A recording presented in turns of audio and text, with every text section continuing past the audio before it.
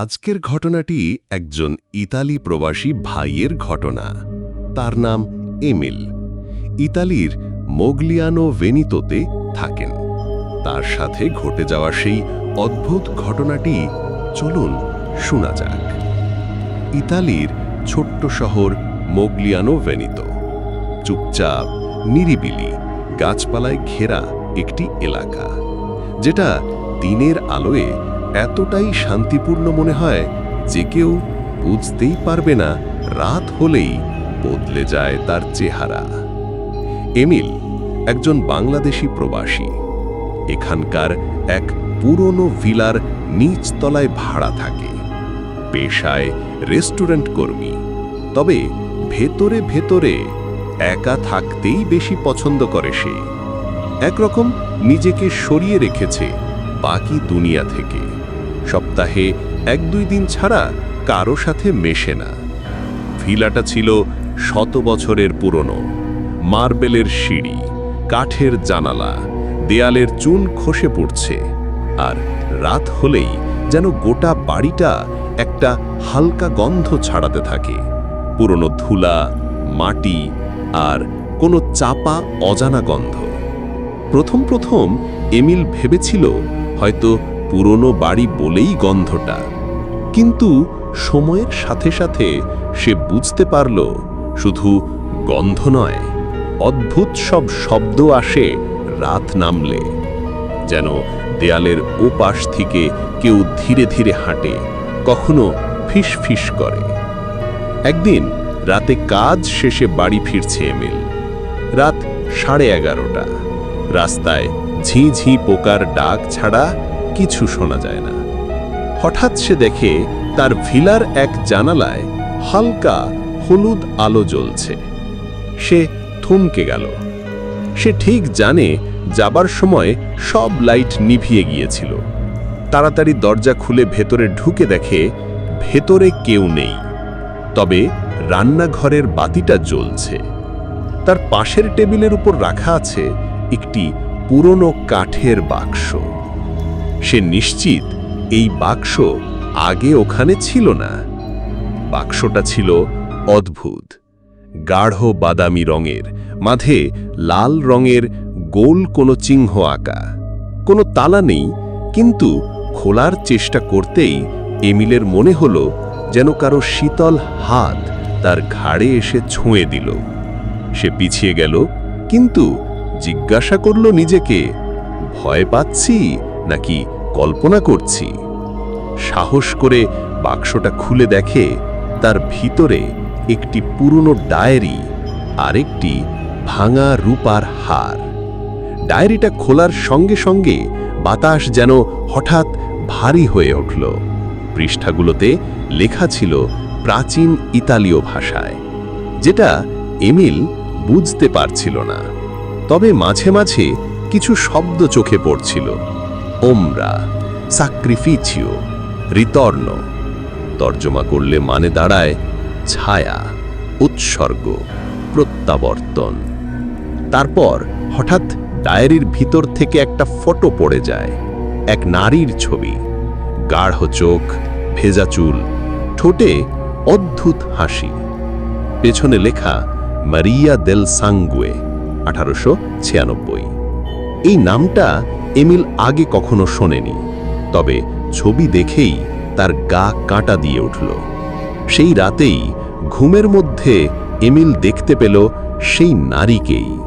সে তাকিয়ে আছে তার ঘরের জানালা দিয়ে, ধীরে ধীরে হাসছে। পরদিন সকালে এমিল স্থানীয় গ্রন্থাগারে গেল, পুরনো ইতিহাস ঘাঁটতে লাগল। অনেক খোঁজাখুঁজির পর এক পুরনো বইয়ের এক পাতায় পেল সে নামটা, মারিয়া দেল সাঙ্গুয়ে, এক অভিশপ্ত নারী, যাকে 1896 সালে এই শহরেই নাকি হত্যা করা হয়েছিল কালো জাদুর অভিযোগে। কাহিনীতে বলা আছে মারিয়া ছিল এক যাযাবর, যিনি নাকি রাতের বেলা ছায়ার সাহায্যে মানুষের আত্মা গ্রাস করত। তার মৃত্যুর পর থেকে বলা হয় প্রতি শতাব্দীতে একবার সে ফিরে আসে তার উপযুক্ত শরীর খুঁজে পেতে যার ভেতরে সে আবার ফিরে আসতে পারবে। এমিল ধীরে ধীরে বুঝতে পারল ডায়েরি আর হার এই সব কিছুই হয়তো একটা ফাঁদ। সেই রাত থেকেই তার ঘরে অদ্ভুত সব ঘটনা ঘটতে লাগল। আয়নার ভিতর অন্য কারো প্রতিবিম্ব, ফ্রিজের ভিতরের খাবার ছড়িয়ে ছিটিয়ে থাকা, দেয়ালে রক্তের মতো ছোপ। একদিন তার ফোনে এলো একটা ভিডিও কোনো অচেনা নাম্বার থেকে। খুলতেই সে দেখল সে নিজেই ঘুমিয়ে আছে বিছানায়, আর পেছনে জানালায় দাঁড়িয়ে আছে এক নারী, সেই একই ছবি থেকে দেখা নারী। আমি ফিরব, এক মহিলা কণ্ঠস্বর বলে উঠল ভিডিওতে। এমিল বুঝতে পারল এটা থামাতে হলে তাকে ডায়েরির গোপন রহস্য জানতেই হবে। কিন্তু যত গভীরে যাচ্ছিল সে, ততই তার বাস্তবতা ভেঙে যেতে লাগল।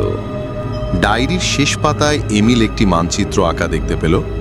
সেটি মোগলিয়ানো ভেনিতোর বাইরের এক পুরনো গির্জার দিকে নির্দেশ করছে। কিয়েসা গি সান মার্কো ভেক্কিও।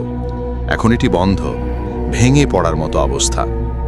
রাতে হাতে টর্চ লাইট আর সেই ডায়েরি নিয়ে এমিল গির্জার দিকে রওনা দিল। শহরের আলো পেছনে ফেলে সে যখন গির্জার ধ্বংসাবশেষের মধ্যে পৌঁছায়, তখন রাত ঠিক 12টা। গির্জার ভেতর যেন সময় থেমে গেছে। ধুলো, জং ধরা কাঠ, ছাদের ফাটলে চাঁদের আলো পড়ছে। কিন্তু মেঝেতে দেখা গেল একটি গোল চিহ্ন, ঠিক সেই চিহ্ন যেটা ডায়েরির কাঠের বাক্সে ছিল। এমিল হঠাৎ অনুভব করল তার চারপাশে বাতাস ঘন হয়ে উঠছে, তাপমাত্রা নেমে যাচ্ছে। সে গোল চিহ্নের মাঝে দাঁড়াতেই চারদিকে বাতি নিভে গেল। তার সামনে আবার সেই নারী, মারিয়া। এবার তিনি স্পষ্ট, বাস্তব, ভয়ানক। তার চোখ দুটো যেন অন্ধকারের দরজা। তিনি ফিসফিস করে বললেন, আমার শরীর তুমি, এখন আমার আত্মা ফিরে আসবে।